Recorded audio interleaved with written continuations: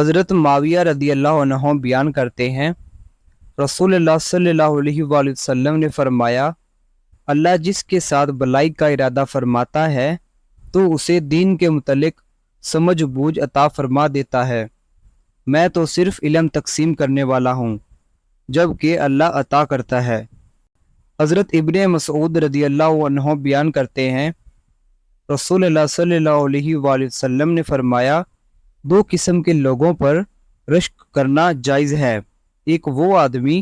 جسے اللہ نے مال عطا کیا اور پھر اس کو رائے حق میں اسے خرچ کرنے کی توفیق عطا فرمائی، اور ایک وہ آدمی جسے اللہ نے حکمت عطا کی اور وہ اس کے مطابق فیصلہ کرتا ہے اور اسے دوسروں کو سکھاتا ہے۔ حضرت ابو ہریرہ رضی اللہ عنہ بیان کرتے ہیں، رسول اللہ صلی اللہ علیہ وآلہ وسلم نے فرمایا،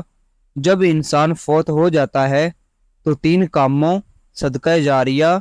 وہ علم جس سے استفادہ کیا جائے، اور نیک اولاد جو اس کے لیے دعا کرے، کے سوا اس کے اعمال کا سلسلہ منقطع ہو جاتا ہے۔